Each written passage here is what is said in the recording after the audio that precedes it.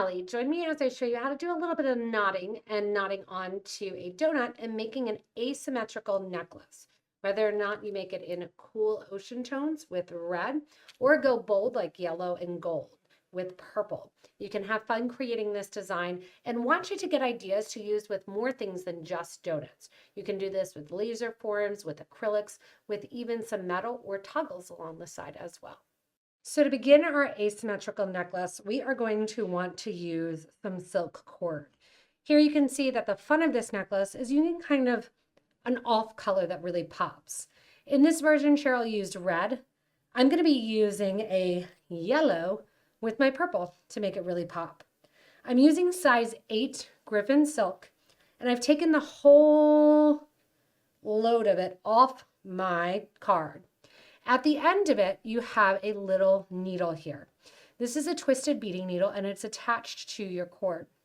You want to take the whole entire thing off your card, but make sure not to throw away the card so you can have it for when you're finished. If you have extra in the design, you can put it back together.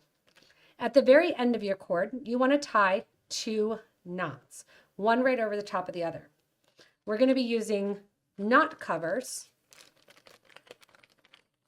which are going to be used at the ends.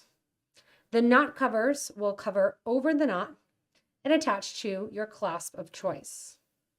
I have my knot on, and I'm not worrying too much about stretching my silk cord because I don't need it to be perfect, but I'm putting my knot cover on from the inside or towards that interior of the claw, going towards the outside. Pulling that cord the whole way through then, you'll see that that knot kind of disappears inside of that loop.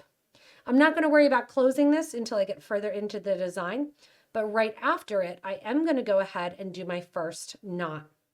In her sample, Cheryl actually used 2 cords and tied it together in a regular overhand knot. I'm going in and doing my knotting like I normally would. You can see I have my simple loop that I've created. And in your starting tool set, you may have a beading awl. You can slide the awl into the loop that you've created. Pull it smaller and smaller. And as you pull it smaller and smaller, going out, kind of give a little pressure, and it'll get that knot as close to your end as it can. Once you get good at this, you can actually just do it by hand. I'm going to go in now and start stringing some of my design on. I'm going to begin with my pebble beads here. And my amethyst pebble beads, I'm going to pour out. Grab some of those, picking at random and not thinking of it too hard. Go in, grab a pebble, stick it onto my cord, drop it to the base of my size 8 here, and then do a knot after it. Whether or not you knot right after every bead, every other bead, that's completely up to you. You can see I'm pulling the whole cord through, making a loop. And then to get it nice and tight while you practice, put your beading awl into that loop. Pull it nice and tight. You can see I'm working with my left hand to kind of get it closer.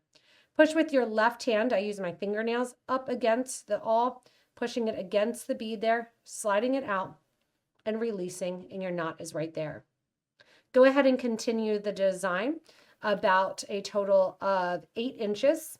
Then we'll get ready to add our donut on this one side before going over and repeating on the other side.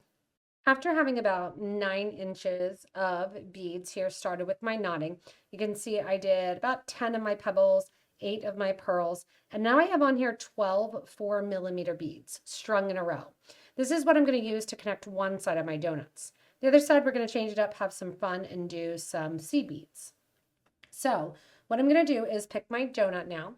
I'm going to take my needle there through the donut. And this is also going to be how I end my thread on this side.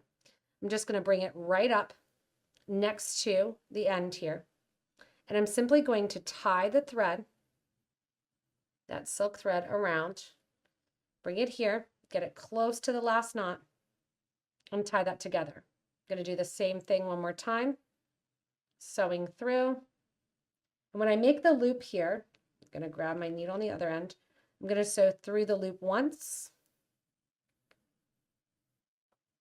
I'm going to sew through the loop twice. and I'm going to make a nice sewer's knot there, making sure there's not a lot of extra thread on the cord here.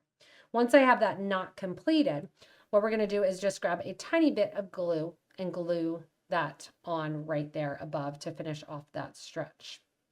Once you have this donut attached here and you have your cord tied off, you have one side of your necklace done. This is the shorter side for that asymmetrical side, because remember, we're going to wear the donut on the actual side of the necklace here. So now we're going to do the longer portion. To do the longer portion, we're going to do a change up of pearls first, then a longer section of our pebbles, and then some more pearls going down into a seed bead section.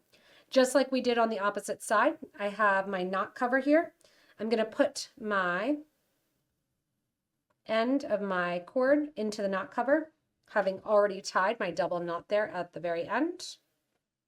Once you get good without your mandrel there, or without your reamer, or without your awl, depending on what you're using here, you can go in and just do all the knotting by hand.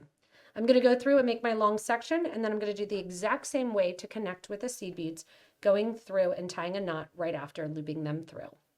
Once you get everything strung and onto your piece here, you're going to put on your clasp. Now, the donut will sit asymmetrically as you have your beads on there off to the side.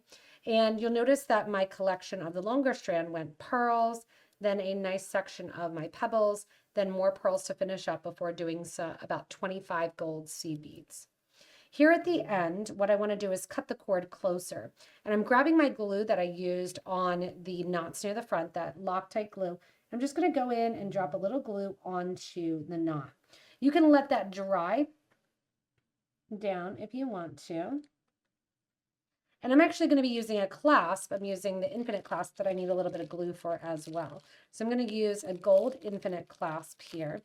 And this is just the one for a 10mm cab, using the purple Lila Vega luster cab to match my design. I'm going to drop a dab of glue right there in the center of that guy. Just that little tiny bit will do it. Put the lid on your glue always.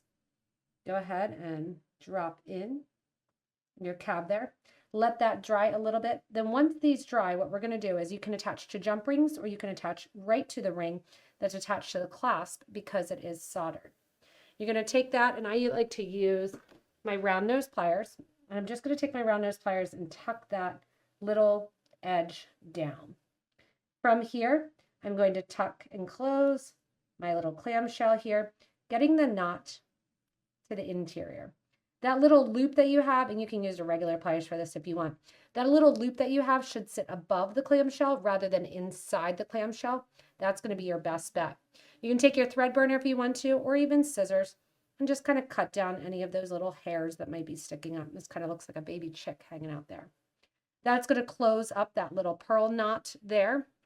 And then from here, we're going to go in and attach the other side as well to finish off the design.